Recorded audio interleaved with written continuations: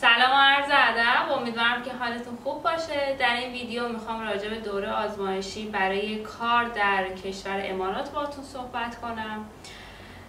خب در واقع کارفرما میتونه در واقع اون شخص کارگر یا کارمند رو به طور آزمایشی بگه که بیا اینجا مشغول به کار شو، ولی خب چند تا شرط و شروط داره.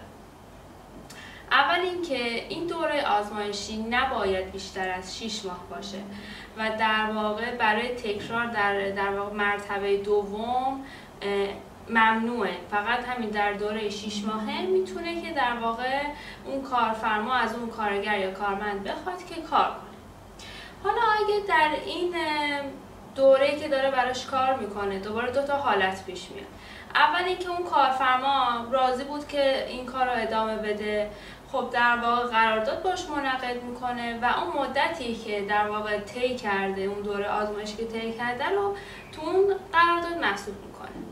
ولی اگه عذرش رو بخواد و نخواد که در واقع با هم دیگه همکاری داشته باشن، باید 14 روز قبل در واقع با ابلاغ کتبی به کارگر یا کارمند اطلاع بده که در واقع اطلاع رسانی درباره این که در واقع همکاری نمیتونن داشته باشن. مورد بعد، اگه در واقع کارگر بخواد در دوران آزمایشی جای دیگه‌ای مشغول به کار بشه، باید در واقع زیر 1 ماه به کارفرمای اصلیش اطلاع بده.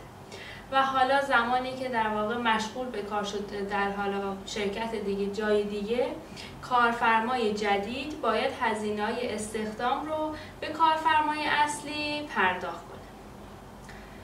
ممنونم که با من همراه بودین. سابسکرایب و کامنت یادتون نره. تا ویدیوی بعدی، خدا یار و نگهدار.